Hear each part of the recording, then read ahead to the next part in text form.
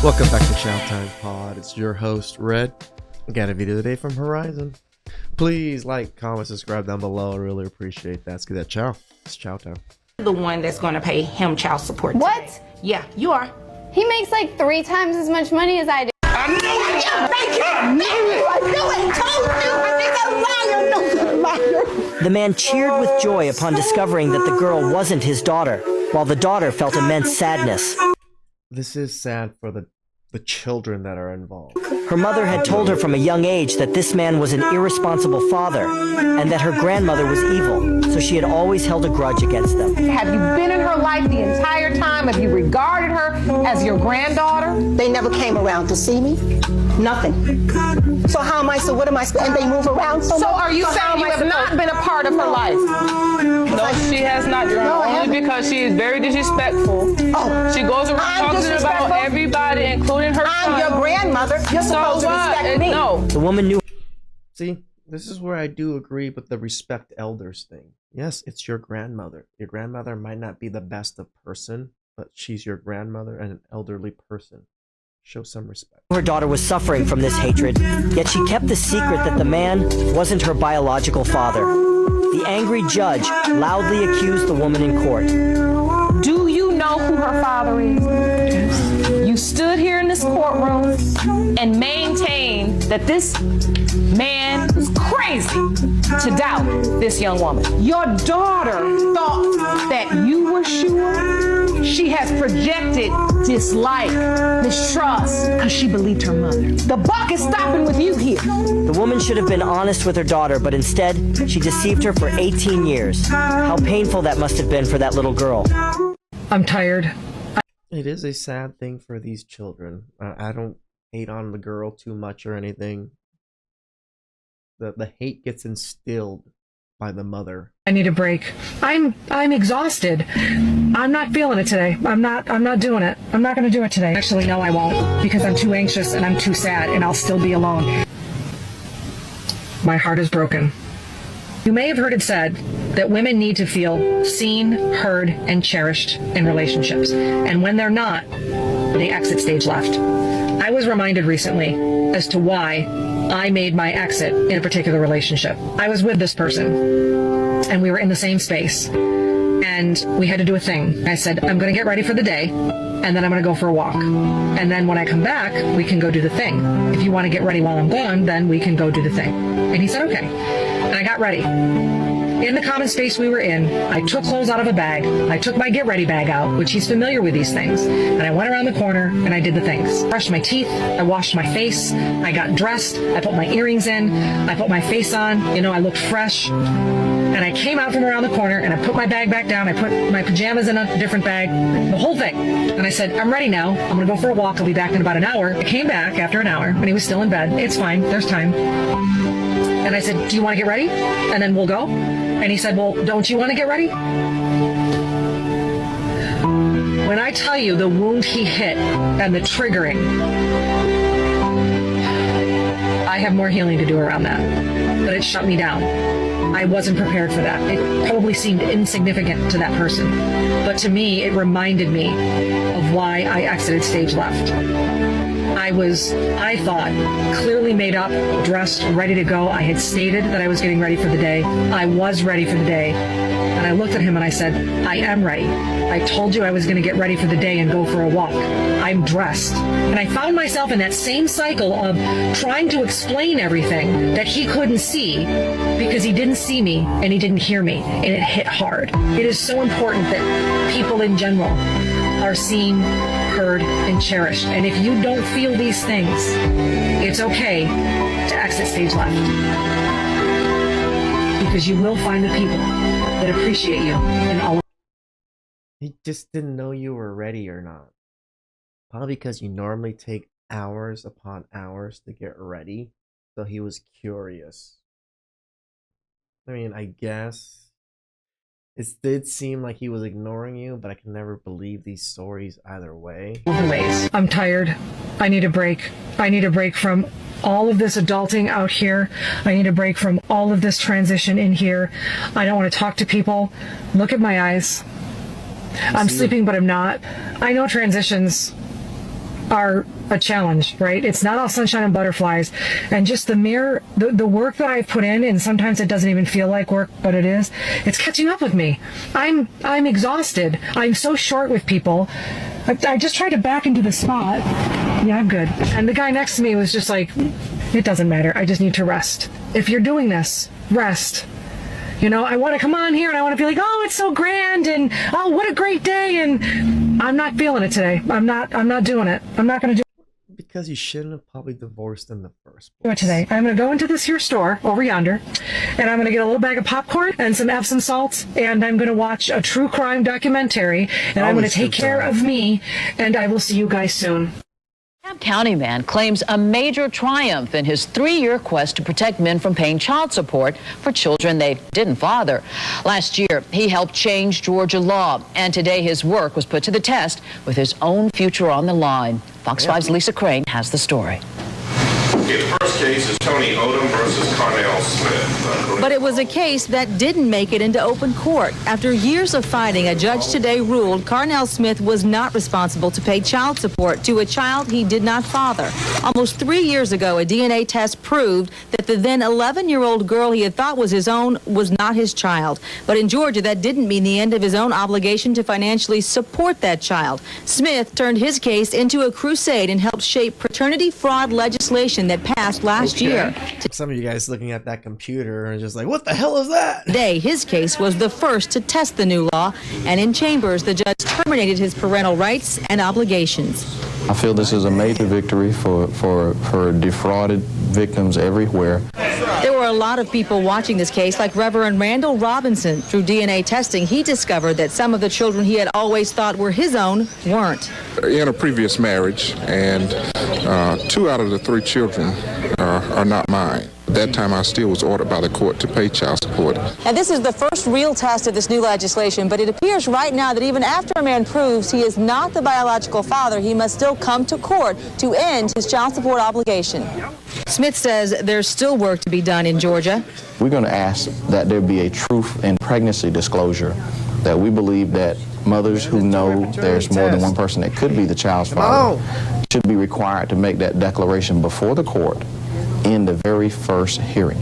In DeKalb County, Lisa Crane, Fox 5 News.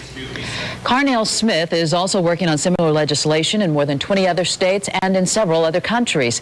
He says he would still like to have contact with the now 14-year-old girl he thought was his daughter, but he says that's up to her mother. I'm not the lady who cries on TikTok, but sometimes being a single mom is hard because you don't have anybody else to rely on except for yourself. It's just me. It's just me. Is that shocking to you after you divorced? It's hard, and that's real. It's kind of a long story. I'll try and see if I can fit it in 60 seconds.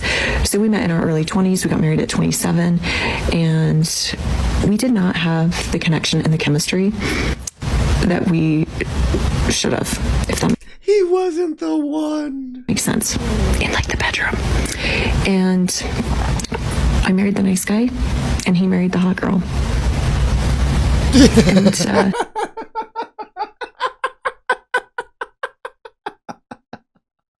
Wait, she serious? we were best friends. Got along so well. We did not fight. We got along so well. But after 14 years together, 12 years married, that lack of chemistry and connection became a huge hole in our marriage. And we filled it with other people. So it was just... We or me? Our marriage had run its course. Did you get filled with other people? And we had our kids together, and that's awesome. And he's happily remarried, and that's great. And I'm happy for him. Okay, so my divorce post is not rare. Yeah, so did I know before I got married? Of course I did. I was 27 when I got married. I was 26 when I got engaged. Do you think you know everything in your 20s? And everyone had told me my entire life, passion fades, passion fades, passion fades. So I took that as you didn't need it. If it fades, why do you even need it? Better off to marry the nice guy, right? I had dated all the douchebags in my 20s. See, this is the exact problem that we tell women to just go for the nice guy. This is exactly what they're going to do to the nice guy. They're just going to use him up, get children with him, and then destroy his life later. That's majority of what's going to happen. This is why we can't really tell women to settle, in a sense.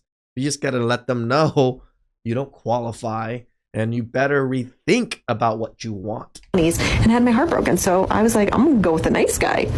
And to be perfectly honest, he'd been a nerd in high school. He'd never gotten the pretty girls.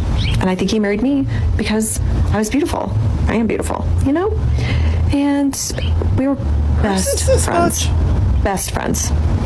And that carried us along for a long time until it didn't. All right, here's a little story. Fellas, pay attention.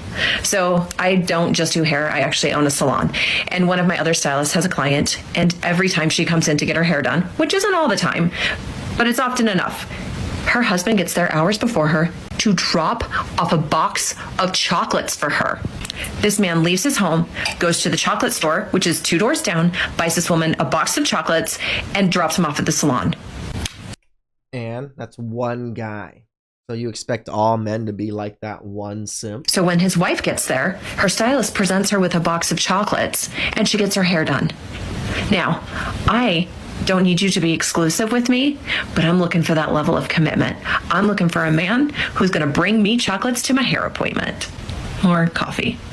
So you guys don't like simps. Stop parading around like you do, and the way you guys talk as if you do, because your actions always say different. now want to get custody back from...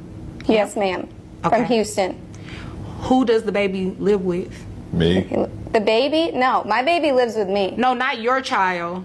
How many children do you all have between you? Just one. Just one. And the child lives with him? Yes, ma'am.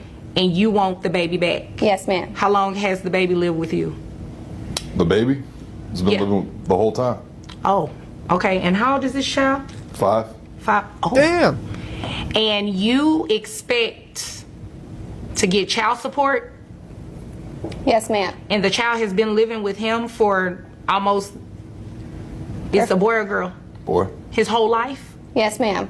Well, when I get my baby back, I want child support, yeah. He makes way more money than I do. I want my baby back and I... See that, guys? This is actually very similar to Kevin's story. If you guys want to check it out, ChowTime 2.0 down below.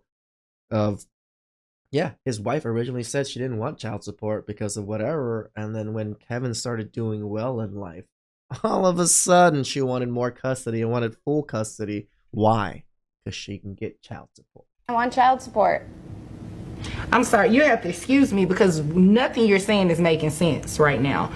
You came to court to ask me to give a child back to you that was taken from you, that's 5 years old, that's pretty much lived with this man the entire time that he has been taken care of. They took my baby away because my ex-boyfriend is an abuser and I'm not with him anymore. So They really don't care about their children. I want my baby back. Right, but the child hasn't been living with you. The child has been living with him. Yeah, because of my ex, and I'm not with my ex anymore. Yeah, so no, it doesn't work like that. It doesn't work like that. He would literally have to have given you the child back. And then you come in here, after you've been having the child for some time, then you come in here and say, Judge, I want this to be changed. I've been having the child this entire time. I want him to pay child support. That would be a little bit more reasonable. But what you're asking for today is very unreasonable. Okay, well, give me my baby back, and then I'll come back in a while and ask for child support. Well, I can't give you your baby back because I never took your baby. Okay? Actually, nobody really took your baby. You lost your baby for your own negligence with your ex-boyfriend. That has nothing to do with me. Okay? Now, fill me in over here. The baby was placed with you after the boyfriend hit the baby? Yep. And again, this is why single mothers are the worst. They get with men, and these men are usually not good men, and they don't have the force power to stop these men from doing these things. If I was a single father, you think some woman's gonna be able to touch my kid without me smacking the crap out of her? And he's been living with you ever since then? Yep. You've been taking care of him? Mm-hmm. You pay for everything for the child? Everything. What does she do? I visit. She visits unsupervised. Okay, congratulations. Financially, what does she do? Financially? Yeah. Nothing. Oh, that's what I figured. Okay. I see what's going on here.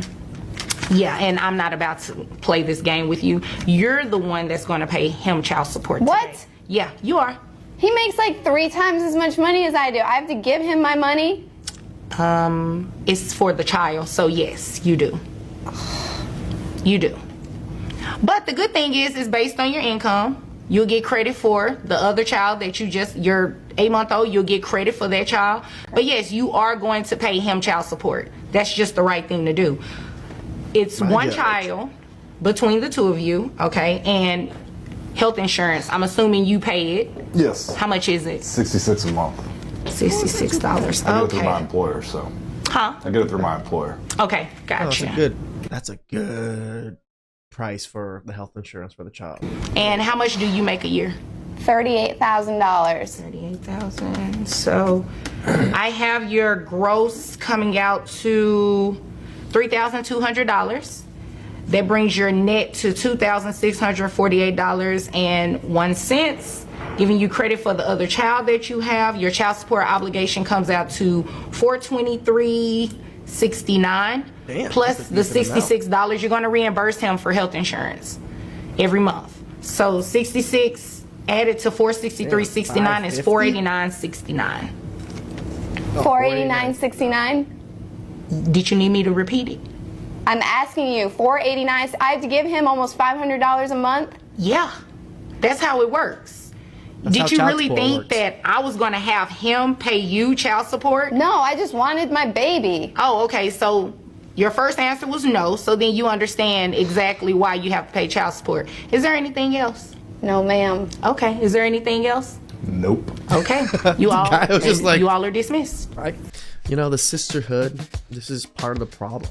They would defend these actions. They would defend her, saying that, oh, it's not her fault. Oh, it was the ex-boyfriend's fault. But it is her fault for allowing the ex-boyfriend into that space where that child is. Protect your kids, men. Protect your kids. Please like, comment, subscribe.